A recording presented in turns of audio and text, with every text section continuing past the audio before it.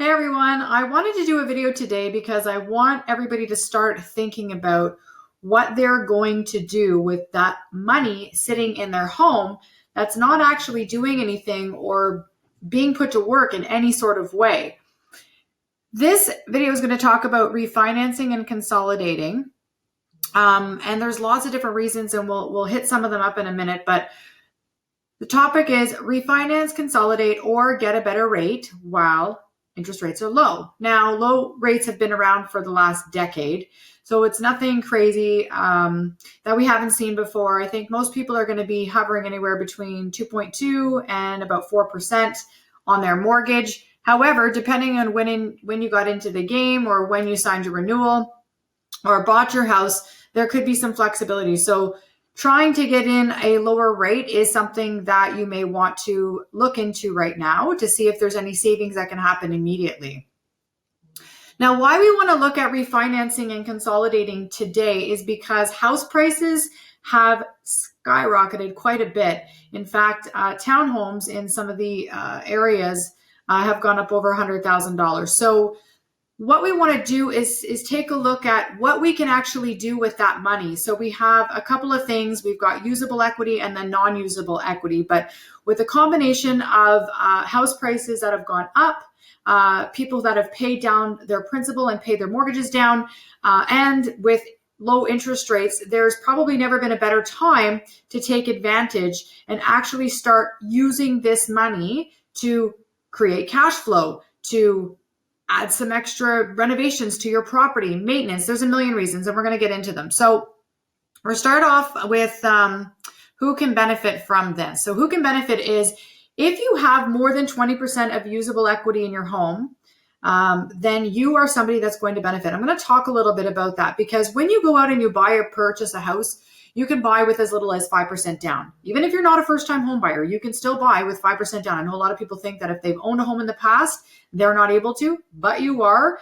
However, if you want to take the money back out of the house, so once you've bought the home and you've bought the security and you want to take the capital back out, the government changed the rules a while back where you can't actually borrow more than 80%. So the way they feel is if you've taken the steps, you've bought the property, the security, they don't actually want you to take more than 80% out. They want you to hold 20% of that equity or value in the property. Okay. So if you're taking money back out, our cap is 80%. Okay. Now, when we look at what is usable equity and what is not usable equity, I'm going to show you what the difference is. So currently here, I'm showing you that the current value of a property is $500,000.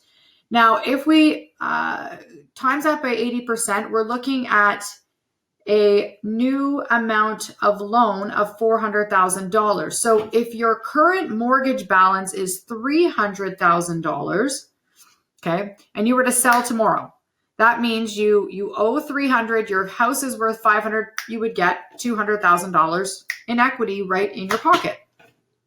However, if you don't want to take it out and sell, you just want to take it out and use it, the maximum we can go is 80%, which gives us $100,000 of usable equity. Okay, so if you owe 400, you have no usable equity. Does that hopefully make sense? Okay. Now, well, I think a lot of people don't really understand how inexpensive money really is right now, because when you look at mortgage rates around 3%, if I was to walk in and take out $25,000 of my equity that I've built up in my home, then that's going to add about $120 a month. And if I take out $50,000, it's going to add roughly $230 a month. If I take out $100,000, so if I take out $100,000, that's going to change my current payment by about $470. Now, what's really cool is that in most cases, we can actually decrease the actual mortgage payment. So you won't really see that $470 increase or that $100 increase because what we want to look at is how to restructure and reposition this loan to create ample cash flow, okay? Because one thing Canadians are really good at is they're really, really good at paying off their mortgages. However, pay is not technically going up with the rate of inflation, and we're finding people don't really understand money, and then they get themselves into a bit of a stressful situation, or life has taken a different turn for them, something completely off the plan, and now they're in a position where they've accumulated some debt. So I want to take a look at this example for a client that we had last week. So currently, their mortgage payment was $637 a month. They owed $280,000 on the mortgage. Their payment on their car, so their car loan was $32,000, but their payment is $430. Now, this is something that's on a 7 or 8 year plan to pay that car off. Now, the $330 a month represents an $11,000 credit card. So if you have a credit card, the rates are going to vary, but we use a minimum of 3% to show the repayment. And if you've got a $22,000 line of credit, we're looking at a $660 minimum payment. So the total payments on this particular person's application is $3,057 per month. Now, they owe a total of $345,000. So you can see that we've added up all the loans, and then we've added up the payments. So we've got $3,000 a month in payments, $345,000 in total debts. Now, under the debt repositioning, so we've restructured everything, we've amalgamated everything, we've put everything in down to one. We have now been able to change that person's payment to $1,632 a month. So that means that it's less than the current payment they were already making. So they were making a $1,637 payment. We've actually been able to take $5 off of that and increase their total cash flow by $1,425 a month. That means they've got $1,500 every single month back in their pocket just by repositioning. Now, I know what a lot of people say is, I don't want to put my car, I want to pay that off in 7 years. Guys, let me be really clear on this, okay? You're borrowing money at 3%.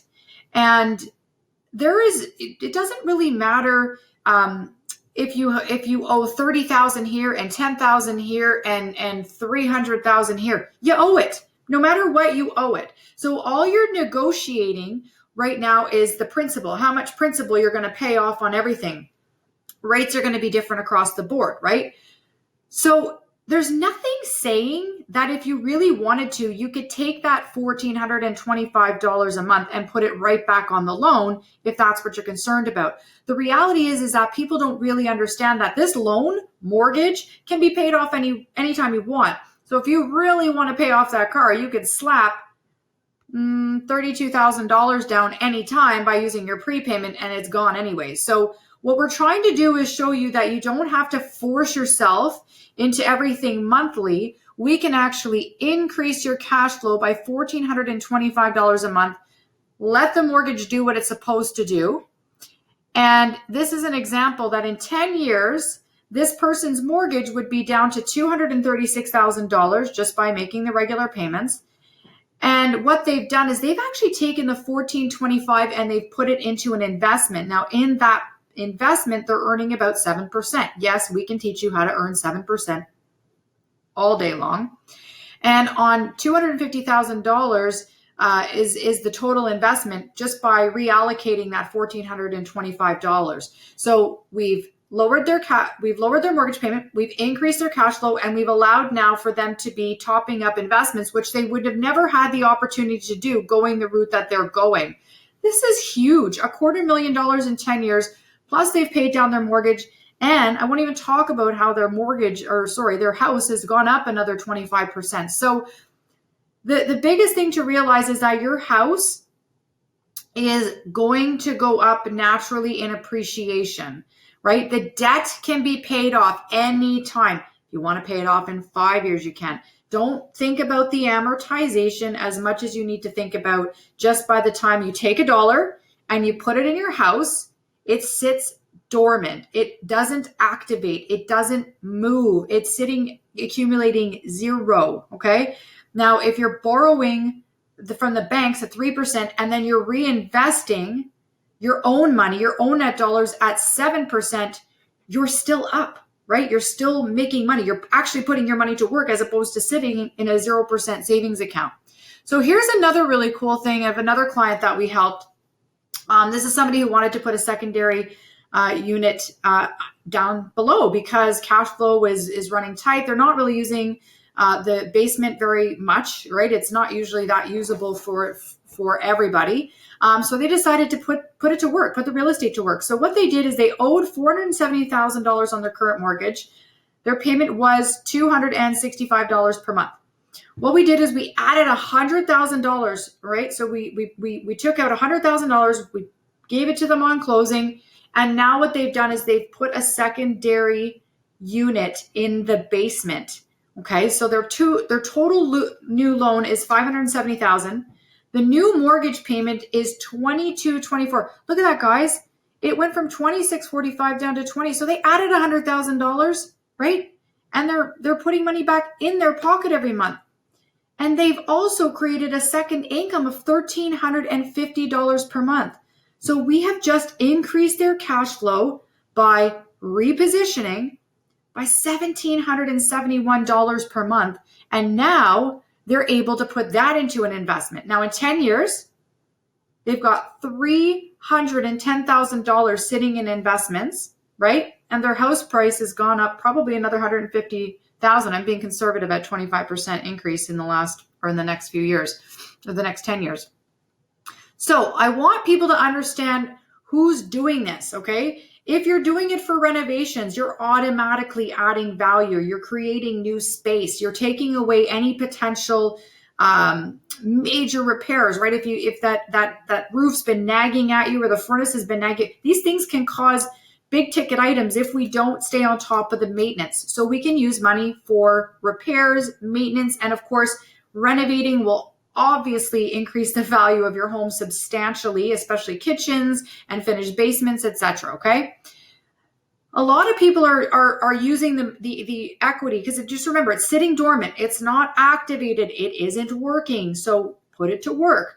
And they're using it to actually invest because most people can get a higher return than they are in their loans. So they're just basically doing what the banks do. They just take your money and reinvest it, right? So now you're going to do the same. You're going to take the bank's money and you're going to reinvest it. So if you're looking at taking money out of your house to invest, then if you're not putting it in any registered accounts, like you want to buy a property, an investment property, which is huge, and we've got tons of clients doing that right now, or you just want to put it in some funds, anything that's going to grow that isn't registered, it's actually a tax deduction. So you not only get to take the capital out to invest, but you get to write off the interest on the money that you borrowed. This is crazy. So we live in this amazing country that the banks think that property clearly is a very good, valuable asset because they're lending us hundreds of thousands of dollars at, to me, almost free interest. Okay.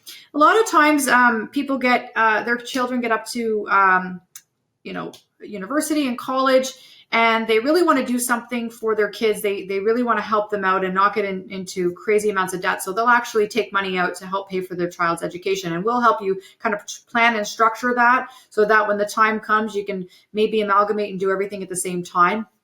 A lot of people are doing it just to save interest rates, right? To restructure, save interest rate, debt repositioning, where we pay out a bunch of debt, we reposition, we increase the cash flows, save them a ton of interest.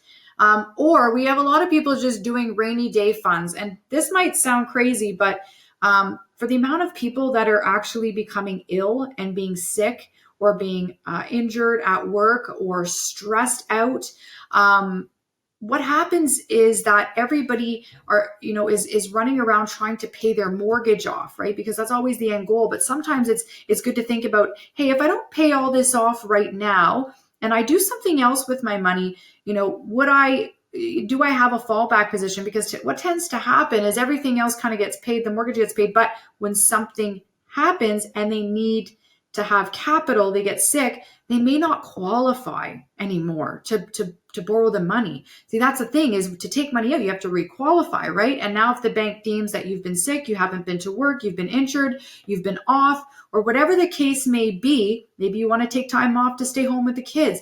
Whatever the case is, to have that emergency fund while you qualify and it's earning a bit of return is huge to have as a back burner so that you're not stuck later.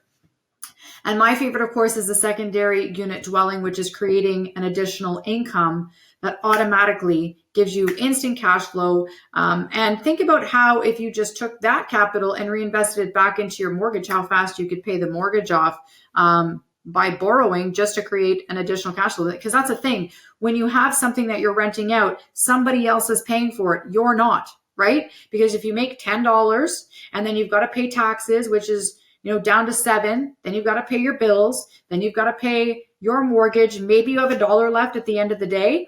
Now, you can't possibly save that quickly putting $1 a day away. It's impossible. And we look at Canadians, all the baby boomers coming up are, I'd say close to 80% of them are now $1,000 short a month. That's substantial numbers. So what we want to do is we want to use the mortgage today. Okay. And we want to put that money to work. We want to increase cash flows. We want to help create more value. And this is why so many people are looking at this strategy right now. Okay. Remember, the mortgage can be paid off any time. Don't get stuck on the 25-year, the 10-year, the 30-year. I want to show you something really cool here. So let's say, Sally has a $400,000 mortgage and she puts it over 25 years with a 3% interest rate. Her payment is $1,832 a month. The interest charges on that are $980. So she's got an $1,832 payment. Interest is $980. Okay. Now, Jim has a $400,000 mortgage. He wants to put it on 10 years. He's like, I've got lots of extra money. I just want to pay off the mortgage in 10 years. Okay. So he borrows at 3%. His mortgage payment is $38.59. Okay. His interest, guys, is $960 a month. So all he's really negotiated is principal, right? How much he paid himself back. And once it's in the house, it's there. It's not working. It's just sitting there. The only time it becomes anything is when you paper transact, sell it, and take it back. So if Jim was actually able to put that into another account, earning a higher rate of return, using the bank's money, putting his money to work, then he's going to find himself with a lot more savings, right, than he would have in this, because in this scenario here, he's actually not going to start a savings account for 10 years. So that means he's 10 years behind in his savings, right? So if you can grow your capital quicker and higher than what you're paying on your mortgage, then that's actually putting the money to work. So hopefully this has answered some questions. Feel free to get in touch with our team, 613-266-3570, Kelly Wilson at the Wilson team. And hopefully this has answered some of your questions. We've got a lot of calls looking at information, but I want people to understand what they need to do to qualify. We do have a tool in our system that can help evaluate the property in terms of what you think it's gone up with. But we do have a special as well, which is really good, that some of our banks are actually paying the legal fees and paying the appraisal on the property. So if you're somebody who thinks the value's gone up and you've paid a little bit down on your mortgage and you see yourself in any one of these situations or scenarios and you'd like to get a quote and like to go through the strategy session to see how we can increase your cash flow, give us a call. We look forward to talking with you.